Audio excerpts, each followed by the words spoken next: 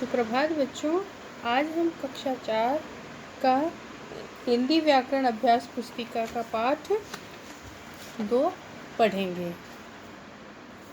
वर्ण, वर्णमाला और मात्राएं। वर्ण किसे कहते हैं? वर्ण अक्षर को कहते हैं। भाषा की वह सबसे छोटी ध्वनि जिसके टुकड़े न किए जा सके उसे वर्ण या अक्षर कहते हैं। वर्ण को हम अक्षर भी कहते हैं। वर्णमाला और मात्राएं, आज हम इस पाठ को पढ़ते हैं। जब हम बोलते हैं तो हमारे मुख से कुछ ध्वनियाँ निकलती है। जैसे अभी हम बोल रहे हैं तो ये ध्वनि निकल रही है, ये ध्वनियाँ निकलती है।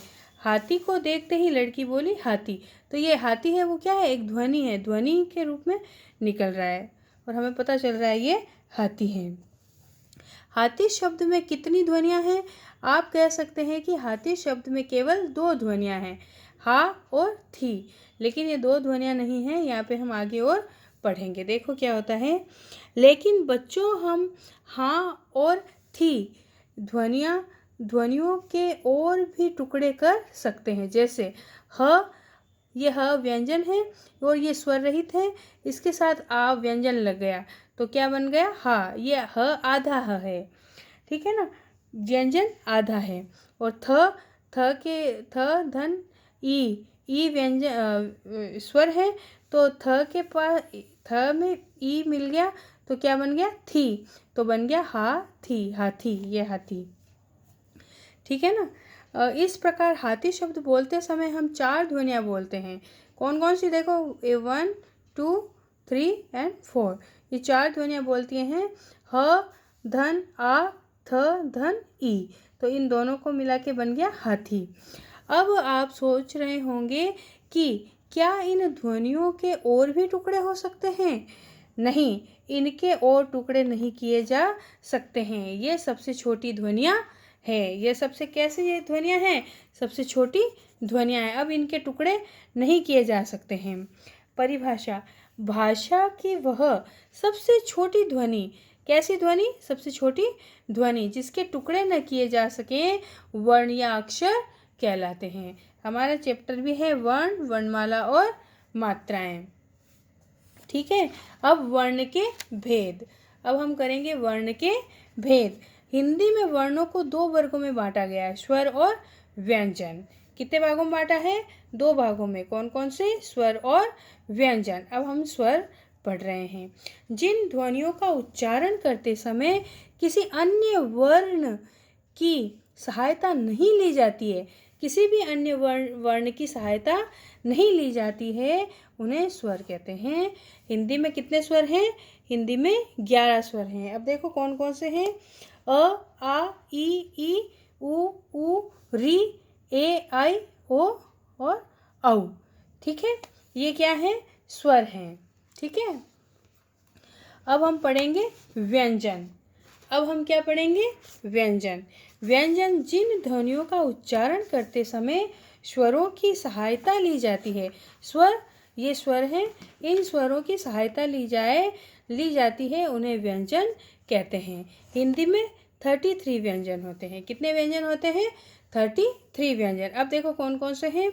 क, ख, ग, घ, ड़, च, छ, ज, य, ट, ठ, ड, ढ, ण, त, थ, द, ध, न, प, फ, ब, भ, म, य, र, ल, व, श, स, ह, ठीक है। ये कितने हैं व्यंजन? ये 33 व्यंजन हैं। अब देखो आगे हम पढ़ रहे हैं।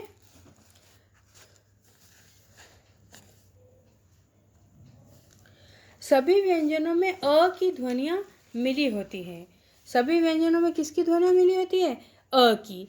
जब कोई व्यंजन बिना किसी स्वर के लिखा जाता है तो उसके नीचे तिरछी रेखा, ये तिरछी रेखा है, तिरछी रेखा लगाते हैं। इसे हल चिन्ह या हलंत कहा जाता है। इसे क्या कहा जाता है? हल चिन्ह या हलंत कहा जाता है। जैसे क, ये क है, ये व्यंजन है, ये आधा व्यंजन है। इसके अंदर अ लगाएंगे हम, ये अ साथ में मिलाएंगे तो ये पूरा क बन जाएगा। जैसे च है, च ये आधा है, इसमें अ स्वर लगाएंगे तो च पूरा बन गया है। जैसे र है, र आधा में अ मिलाएंगे तो पूरा र बन गया। आया समझ में? ठीक है। इसके अतिरिक्त भी कुछ वर्ण हैं। क्या क्या वर्ण हैं? श, त्र, ज्ञ और ये श्रमिक वाला श्र। ये क्षत्रिय वाला श्र, ये किस किस से बना है? क और प्लस ये स, इससे ये बना है क्षत्रिय वाला श। अब त्रिशूल वाला त्र, तो ये किससे बना है? त, धन, ये र, ये इससे बना है तो हो गया त्र। अब ज्ञ, ये किससे बनेगा? ज, धन, य, तो इससे बना है तो ये होगा ज्ञ। और श्रमिक वाला श्र, तो ये किससे होगा? श, षटकोण वाला जो आधा है हलंत लगा है और ये र, तो ये बन गया ये श्र। तो इनको हम क्या बोलते हैं? संयुक्ताक्षर। ये क और श के संयुक्त होकर बना है क्षत्रिय वाला श्र। और त्रिशूल वाला त्र त और र से, त है जो आधा है और र पूरा है तो इससे बना त्र। और ज्ञ, ज आधा है और य तो ज्ञ बना है। और श्रमिक वाला श्र, श जो आधा है और र मिलाया तो क्या बन गया? श्रमिक वाला श्र। ये संयुक्त होकर, ये दो संयुक्त होकर बने हैं, इसीलिए इसको संयुक्ताक्षर कहते हैं। ये दो व्यंजनों के मेल से बने हैं। ड और ढ ये अतिरिक्त वर्ण हैं। ये शब्द के बीच में या अंत में आते हैं, शब्द के आगे कभी नहीं आते हैं। जैसे पेड़, ड है तो ये पीछे आया है। सड़क बीच में आया है, ड़। घड़ी, पढ़ना, बूढ़ा, चढ़ाई आदि। अब ज और फ ये आगत ध्वनियाँ हैं। ये क्या कैसी ध्वनियाँ हैं? आगत ध्वनियाँ। आगत ध्वनियाँ क्या होती है? हिंदी में अंग्रेजी तथा उर्दू भाषा के शब्द निरंतर प्रवेश कर रहे हैं, ठीक है, हमारे हिंदी भाषा में, किंतु इनका शुद्ध उच्चारण करने के लिए हिंदी में लिपि चिन्ह नहीं है। क्या है? लिपि चिन्ह नहीं है। इसीलिए इनको शुद्ध रूप में लिखने के लिए हिंदी के व्यंजनों के नीचे एक बिंदु लगाया जाता है। ये देखो, ये बिंदु लगाया हुआ है, ये बिंदु लगाया जाता है, ठीक है। इनको हम क्या कहते हैं? आगत ध्वनियाँ। ज और फ के नीचे बिंदी लगाकर बनाए जाते हैं। जैसे बाजार, इसको हम कैसे पढ़ेंगे? बाजार। फन। स्वरों और व्यंजनों को मिलाकर हिंदी की वर्णमाला बनती है। किन किन को मिलाते हैं? स्वर को और व्यंजन को। स्वरों और व्यंजनों के वर्ण के जो भेद है, वर्ण के भेद है हमारे स्वर और व्यंजन, इन दोनों को मिलाएंगे तो क्या बन गए? वर्णमाला बनती है। वर्णमाला में सारे वर्ण एक निश्चित क्रम में लिखे जाते हैं, ठीक है ना। परिभाषा है, देखो वर्णमाला की परिभाषा, वर्णों के व्यवस्थित समूह को वर्णमाला कहते हैं। अब है मात्राएं। हिंदी में स्वर दो प्रकार से लिखे जाते हैं। क्या कौन कौन से? अपने मूल रूप में, ठीक है, जैसे अ, आ, ई, उ, ए, आई, ओ, औ, औ, ठीक है। किसी व्यंजन के साथ मिलाकर घ, धन, आ तो घा, च आधा व्यंजन, ठीक है, ये स्वर रहित है, ई बन गया तो ची, ज और बड़ी ई तो जी, त, उ, तु आदि। आया समझ में आपको? ये तो सारे हैं व्यंजन और ये हैं स्वर, ठीक है। मात्राएं लगती हैं वो स्वर हैं। स्वरों को व्यंजनों के साथ लिखते समय स्वर पूरे नहीं लिखे जाते।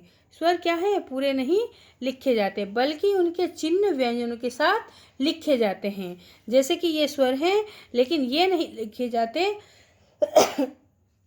ये मात्राएं लिखी जाती है। इसमें ये कहा गया है कि क्या है?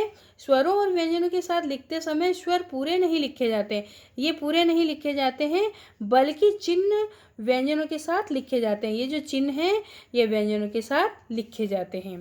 स्वरों के ये चिन्ह ही मात्रा कहलाते हैं। ये स्वर हैं, ये इनके जो चिन्ह हैं ये ही मात्राएं कहलाती हैं, ठीक है। अब है मात्रायुक्त व्यंजन। ये मात्रायुक्त व्यंजन है, ये तो स्वर है, ये स्वर की मात्रा है और इनको व्यंजनों के साथ लिखा जा रहा है, ठीक है। अ के अतिरिक्त सभी व्यंजनों की मात्राएं होती है। ये अ की कोई मात्रा नहीं होती है, इनके अतिरिक्त ये सारी मात्राएं होती है। विशेष र, धन, उ, ये देखो ये रू, ये छोटा ऊ है, छोटा ऊ की ऐसी मात्रा लगती है। ये र स्वर रहित और ये बड़ा ऊ तो ये रू ऐसा लगा, ठीक है। ह और अपने ऋषि वाला री तो हरी, ह्री पढ़ेंगे इसको हम। श धन री, तो श्रृंग, श्रृंगार वाला श्री पढ़ेंगे। जैसे कुछ अन्य चिन्ह भी वर्णों के साथ जोड़े जाते हैं। अंग, इसे अनुस्वार कहते हैं। इसे हम क्या कहते हैं? अनुस्वार कहते हैं। ठीक है ना। अनुस्वार को हम केवल नाक से बोलते हैं। कैसे बोलते हैं? केवल नाक से बोला जाता है। और जैसे गंगा, अंगूर, अंडा, पतंग, कंघी आदि। अंग, इसे अनुनासिक कहते हैं। इसे हम क्या कहते हैं? अनुनासिक। ये मुंह और नाक दोनों से बोला जाता है। इनका चिन्ह कैसा है? ये चंद्र, ये शिरोरेखा करके चंद्र और बिंदु। जैसे गांव, चांद, कुआ, पाँव, आँख, आंगन आदि। अह, इसे विसर्ग कहते हैं। ठीक है, इसका चिन्ह ये ऐसे होता है विसर्ग का। जैसे प्रातः, अतः, पुनः आदि। ठीक है, धन्यवाद।